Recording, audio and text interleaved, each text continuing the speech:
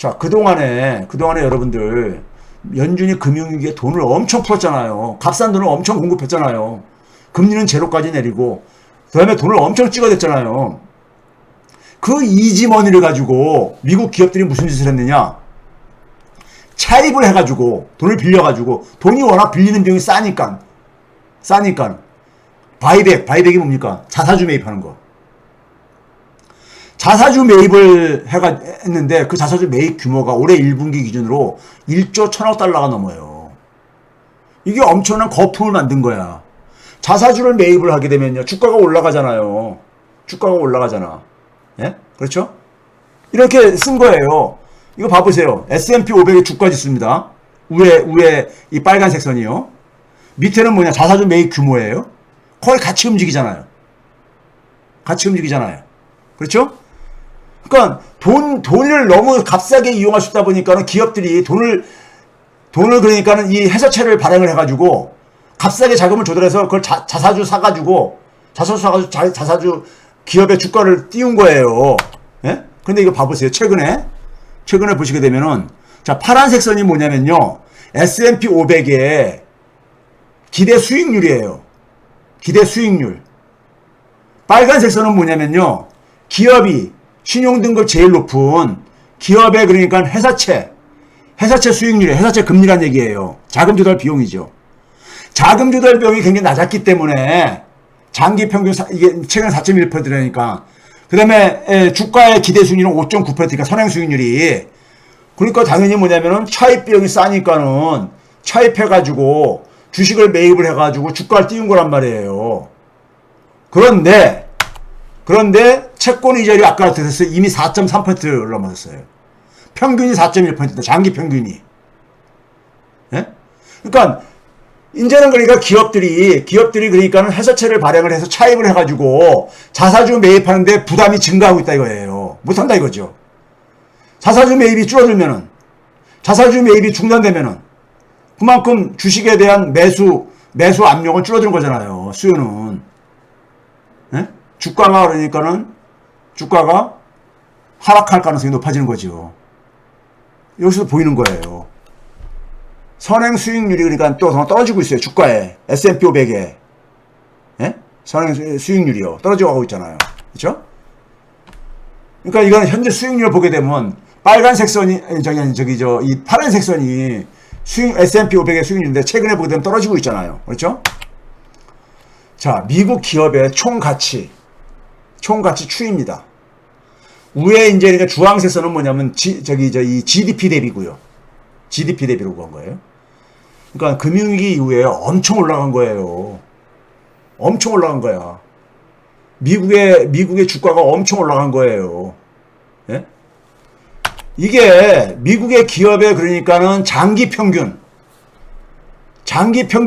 다시 돌아간다는 얘기, 다시 돌아간다면요. 금융위기 이후부터 해서 장기 평균으로 돌아간다면요.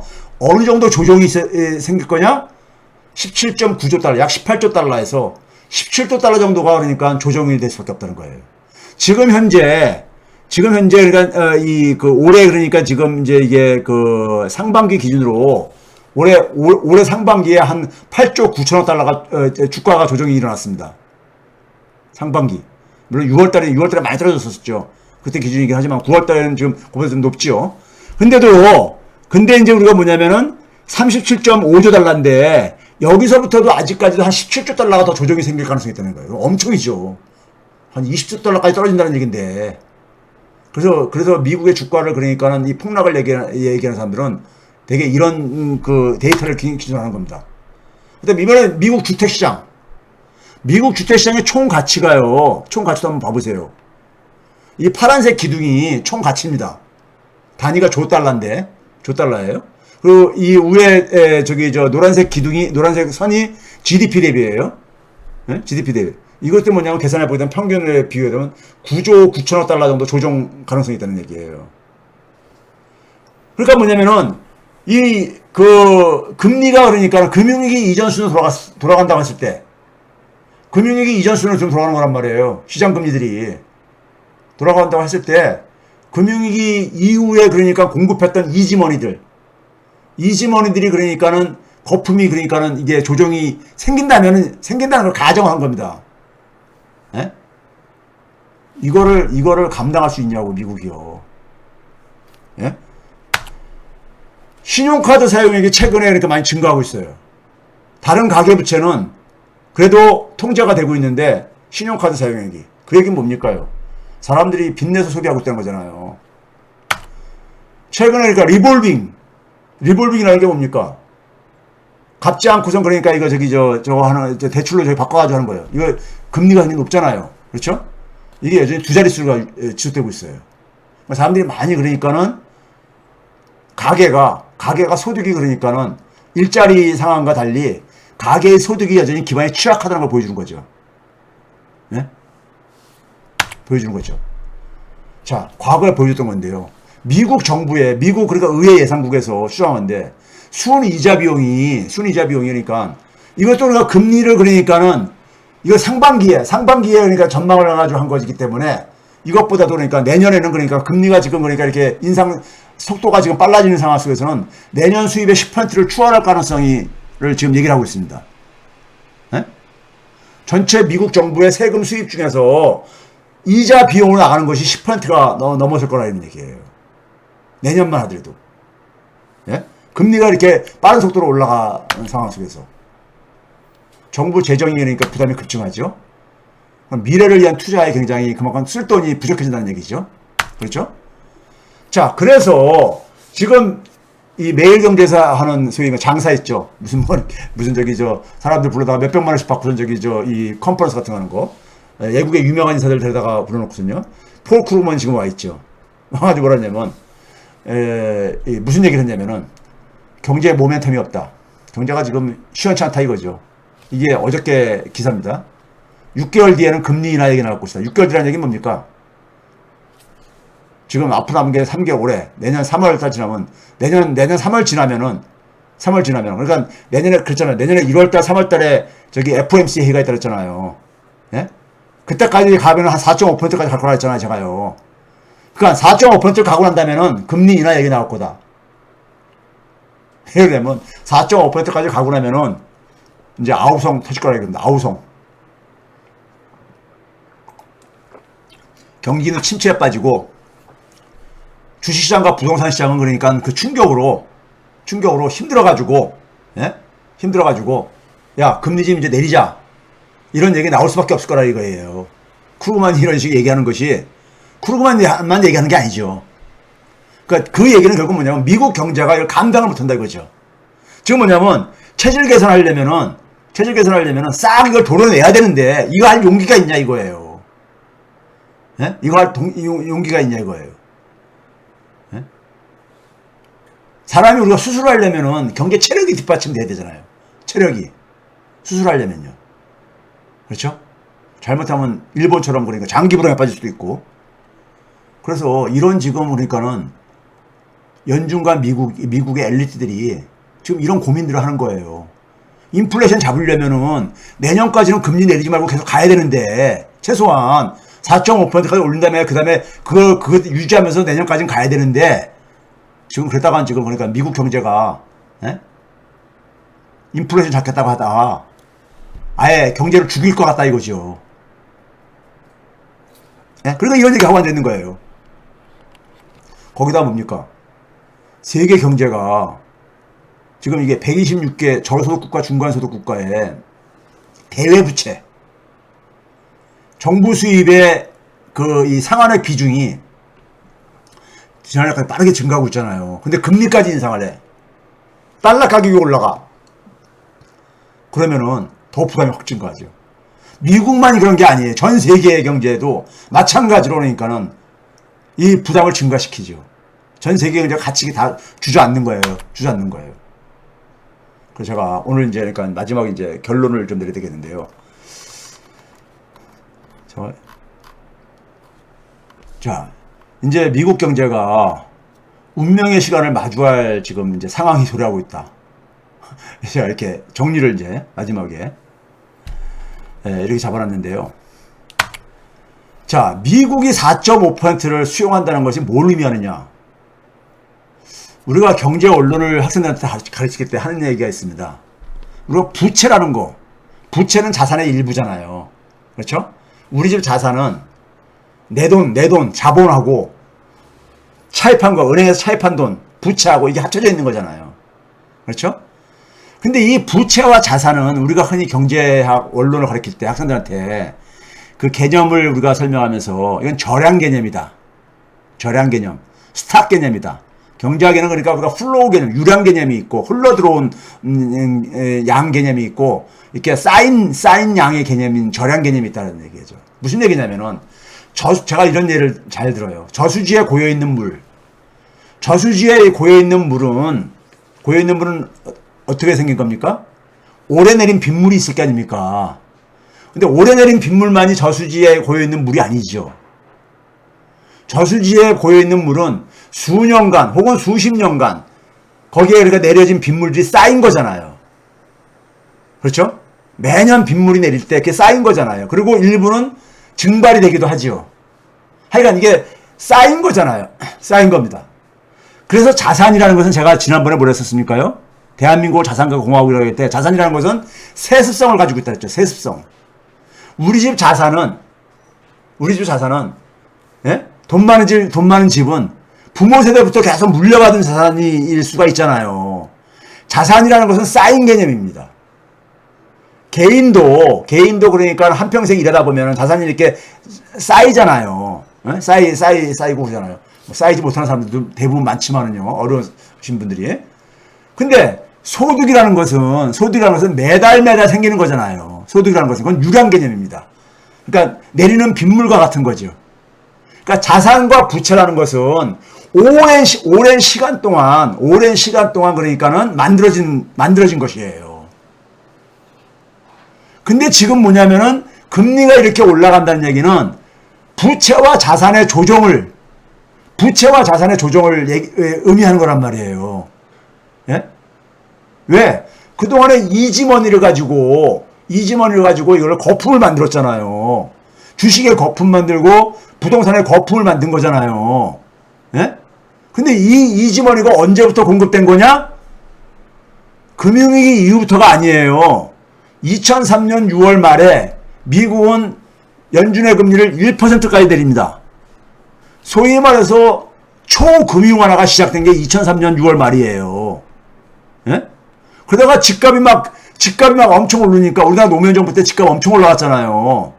이게 왜냐면 일본이 제로금리에다가 일본이 양적 완화 먼저 그 당시 했을 때 했었고 그리고 미국이 1%까지 내리다 보니까는 전 세계 1, 2 나라가 경제규모 1, 2 나라가 돈을 그러니까 값싼 돈을 엄청 푸는 거예요. 전 세계에다가.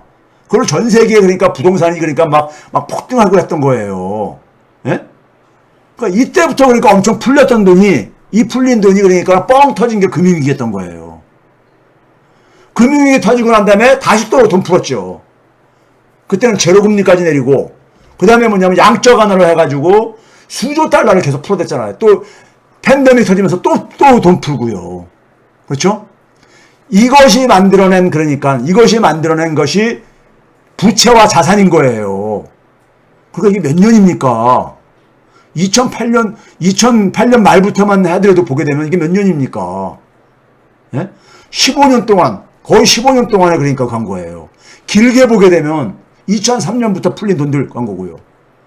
15년 동안 이 풀린 돈들이 이게 쌓은 모래성이라고요. 이거를 지금 뭐냐면은 4.5%까지 올린다는 얘기는 금융위 이전으로 그러니까 금융위 이전으로 이거 다시 되돌려 놓겠다는 건데 이거는 뭐냐? 대재앙이죠. 대재앙입니다. 이거는요. 대재앙이죠. 근데 이거를 미국 사회가 받아들일 수 있겠냐고요. 그러니까 쿠르그만처럼 방향선에 금리 인하 얘기 나올 거다. 이런 얘기 하는 게 바로 그거예요. 예? 우리 그 오징어 게임에서 그 배우님 이름 뭡니까? 이러다 우리 다 죽어. 예? 수술을 해야 되겠는데, 치료를 해야 되겠는데, 환자를 낫게 하려면 수술을 해야 되겠는데, 수술하다가 이게 이 수술을 받아주실 힘이 없어가지고 잘못하면 환자가 먼저 죽을 것 같다 이런 세계 나올 거라 이거예요. 미국 경제가 이런 겁니다. 미국 경제가 이런 거예요, 이게. 자, 현재 상황에 대해서 우리가 현재 상황 봅시다. 4.5%까지 금리를 연준이 지금 올리는 것을 하고 싶어서 할까요? 아니죠. 연준은 강요를 받고 있는 겁니다. 강요받고 있는 거잖아요. 제가 늘 얘기했죠. 이건 누가 만든 겁니까? 워싱턴이 실패한 거야. 워싱턴의 정치 실패가. 그렇죠?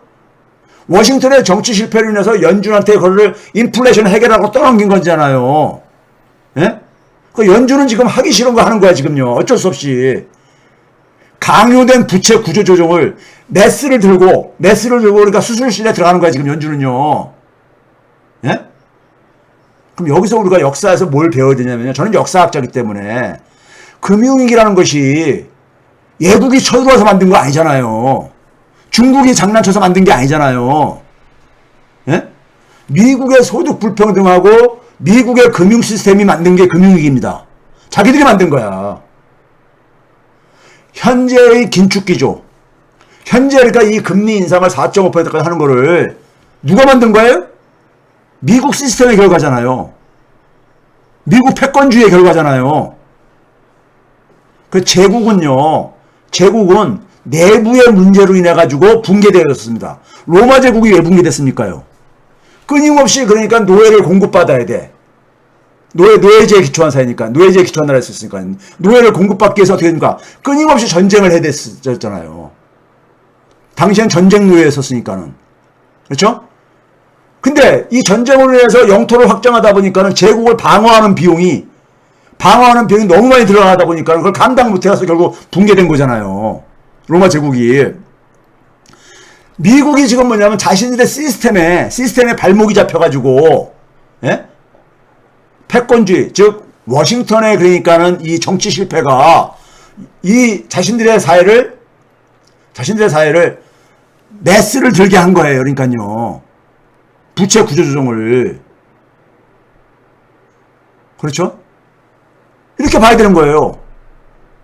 그럼 여기서 크루그만처럼, 내년 그러니까 1분기 지나서 만약에 그러니까는, 야, 금리 내리자. 이렇게 만약에 되면 어떻게 되는 겁니까?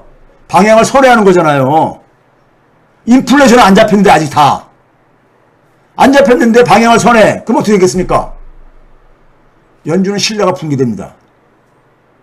연준 신뢰 붕괴되죠. 예? 제가 늘 그러죠.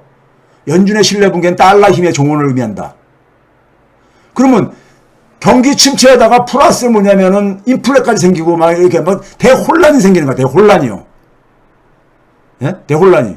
그래서 제가 지난번에 제가 중심 통화들의 몰락을 얘기했잖아요. 유로화, 엔화, 파운드화 몰락을 얘기했잖아요. 달러도 그러니까 그런 가능성이 있다는 게 이번에 그러니까 이거를 제대로 잘 그러니까 연착륙 못 시키면은 달러도 그러니까 몰락할 가능성이 있다는 얘기가 그 얘기예요. 예? 그 얘기인 겁니다. 4.5%가 저는 역사라는 게 이럴 때 보면요.